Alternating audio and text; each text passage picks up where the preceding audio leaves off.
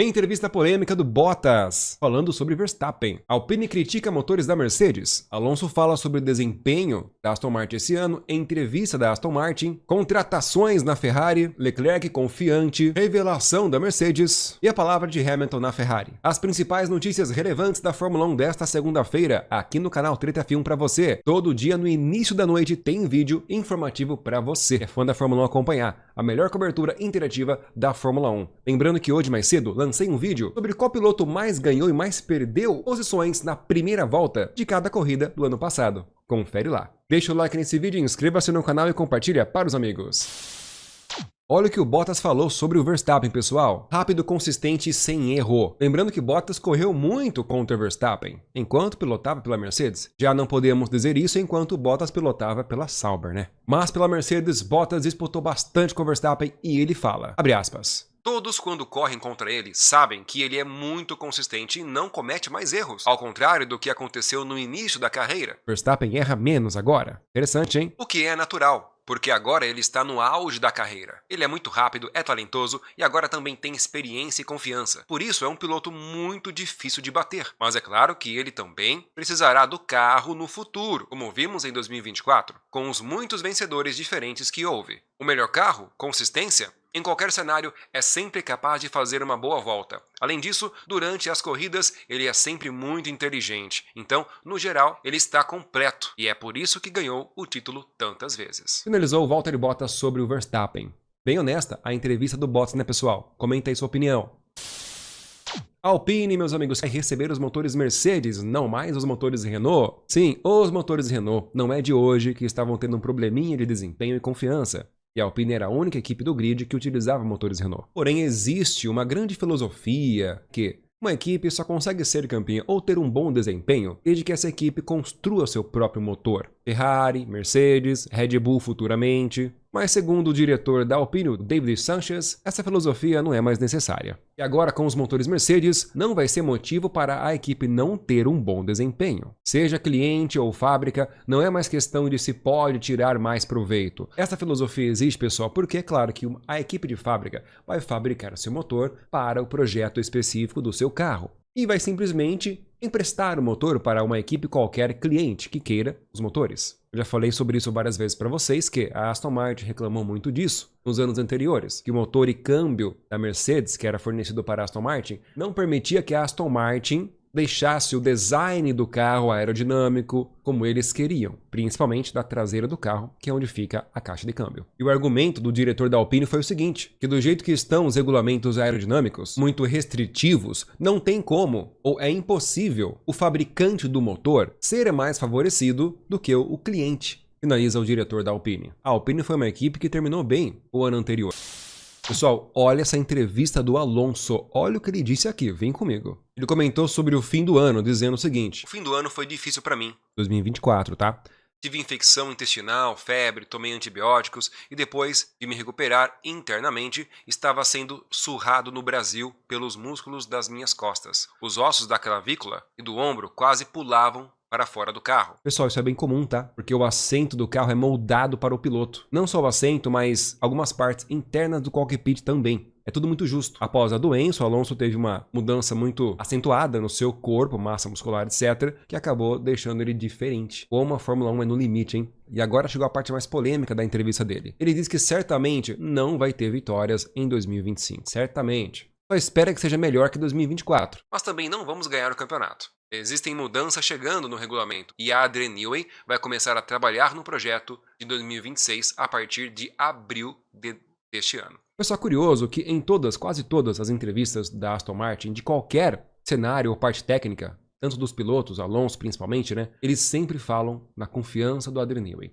É como se a partir de abril, com a chegada do Adrian Newey, será uma nova Aston Martin, uma outra equipe. Então eles estão depositando muita confiança no Adrian Newey. Em contrapartida, neste ano, Alonso diz que certamente não espera vitórias. Bom, eu acho que essa afirmação dele não surpreende ninguém, né? Vencer seria bastante presunçoso, talvez. Ah, mas calma aí que ele fala um pouco mais em outra entrevista. Olha só o que eu achei aqui. Não sei se todos vocês vão concordar com isso. Alonso disse numa entrevista que ele sempre teve carros inferiores ao dos seus adversários e mesmo assim venceu eles. Ah, vamos ver? Quando chovia, todas as outras crianças usavam pneus de chuva e eu corria com pneus secos, porque não tínhamos dinheiro para comprar pneus de chuva. Se referindo à época do kart, ok? E isso continua até hoje. Na Fórmula 1, todos nós temos os recursos para pneus de chuva, mas não temos os spoilers que a Ferrari tem, nem os assoalhos que a McLaren tem. Nada disso. Tem sido um pouco a história da minha vida, correr com armas um pouco inferiores às dos outros e me adaptar ao que eu podia. E aí, pessoal, concorda com o Alonso? Ele realmente nunca teve o carro dominante da temporada? Ele venceu 2 temporadas, hein? Comenta aí, pessoal.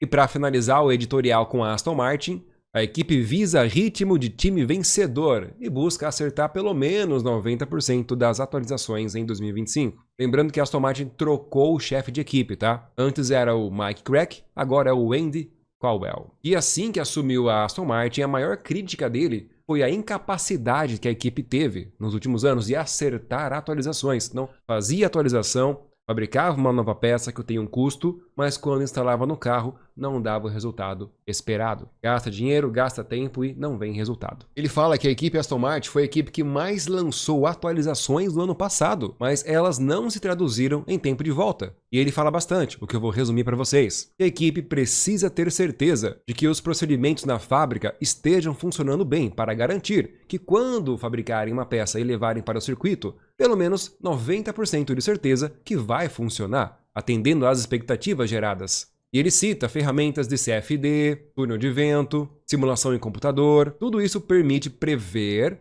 os fluidos, os gases, para poder elaborar uma peça melhor. Mas sempre haverá risco dos dados não corresponderem. E ele finaliza dizendo que as equipes vencedoras, elas têm uma margem de acerto de 90% quando fabricam uma peça e enviam para instalar no carro. A Aston Martin não tem isso. Então, quando eles conseguirem essa margem de 90%, a Aston Martin vai virar uma equipe possivelmente vencedora. E aqui eu abro um parênteses, pessoal. Por isso é importante. Tecnologia ou túnel de vento de última geração. A McLaren fez isso ano passado. Olha o resultado que deu. A Red Bull está construindo um. Desesperadamente quer concluí-lo em 2026. Então a Fórmula 1 não é só um esporte a motor, uma competição a motor. É também uma competição de tecnologia. Enquanto os holofortes da Ferrari estão virados para o Hamilton, que hoje apareceu na fábrica, Ferrari anuncia um grande reforço, a chegada de um novo aerodinamicista, Frank Sanchez, vindo da Sauber. Eu não sei se é uma boa contratação, né? Mas tá aí o nosso amigo. Na Sauber, ele era gerente. Era o chefe aerodinamicista da equipe. É a Ferrari mostrando mais uma vez que está reestruturando sua equipe. E o Leclerc que diz que está pronto para o título desta temporada. Olha só, hein? Vamos ver como é que foi essa entrevista. Sinto que estou pronto para o campeonato. Estou confiante, estou totalmente confiante de que a próxima equipe a vencer a Red Bull pelo campeonato seremos nós. Ele também faz um comentário muito interessante. Olha isso aqui, ó. Talvez isso aqui, pessoal, realmente vai mudar bastante com a chegada do Hamilton. Olha só. No passado, se as coisas não estavam indo exatamente como eu queria, se o carro não estava como eu queria, eu tentava encontrar algo no carro que não estava lá. E isso estava me levando a cometer erros. Isso também estava me levando, às vezes, a fazer algo realmente bom quando as coisas não estavam boas. Mas eu senti que estava me prejudicando mais do que me ajudando. E nisso eu melhorei muito. Senti que maximizei os pontos muito mais ao longo da temporada. Mas isso não significa que nunca mais cruzarei essa linha. Ou seja, que nunca mais cometerá erro. É sempre bom um jogo de tentar chegar ao mais perto possível do limite, sem nunca ultrapassar o limite. Mas sinto que dei um passo à frente em relação a isso. Ou seja, o Leclerc ficou mais maduro talvez, né? Justo ele, que quando batia, quando o carro escapava, gritava no rádio. Não! Então parece que ele amadureceu e não vai dar mais esses gritinhos, né? Seguimos. Finalmente, Hamilton na Ferrari oficialmente. Pessoal, não tem muito o que falar sobre isso, tá? É bem bastidores da Fórmula 1 mesmo. Mas hoje, Hamilton foi na fábrica da Maranello, da Ferrari, em Maranello, e fez um tour pela fábrica oficialmente. E deixou uma mensagem, vamos ler. Tem coisas que você sabe que lembrará para sempre. E hoje é um deles. Meu primeiro dia como piloto da Ferrari. Tive a chance de conquistar coisas em minha carreira com as quais eu nunca sonhei. Mas uma parte de mim sempre manteve o sonho de correr de vermelho e não poderia estar mais feliz por ter realizado esse sonho hoje. Hoje iniciamos uma nova era da história desta equipe icônica e mal posso esperar para ver Que história escreveremos juntos? Finalizou Hamilton. Tava frio lá, hein? E aí, pessoal? Esse é Hamilton na Ferrari oficialmente. Para finalizar, Mercedes revelou que quase estourou o teto de gastos no ano passado. E olha que a Mercedes nem deu muito prejuízo, tá? Então por quê? Ele comenta que a Mercedes foi obrigada a abrir mão, deixar de lado algumas atualizações aerodinâmicas e mecânicas, porque simplesmente não havia mais dinheiro para produzir as peças. Os acidentes no final da temporada realmente colocaram a Mercedes em apuro. O Kimi bateu em Monza, o George em Austin e no México. Chegou um momento que a Mercedes simplesmente não tinha mais asas de um certo tipo. No México, por exemplo, a Mercedes não conseguiu colocar uma especificação aerodinâmica melhor no carro, porque não havia peças de reposição disponíveis, ou seja, eles poderiam começar a qualificação ou corrida com uma asa e se acontecesse alguma coisa, não teria como repor. Mas, apesar de todo esse alvoroço, o chefe da Mercedes, que também é um empresário da equipe, bilionário, apoia o teto orçamentário nas equipes. Porque anteriormente, a Mercedes mesmo já chegou a gastar em uma temporada inteira de Fórmula 1 quase $1 bilhão.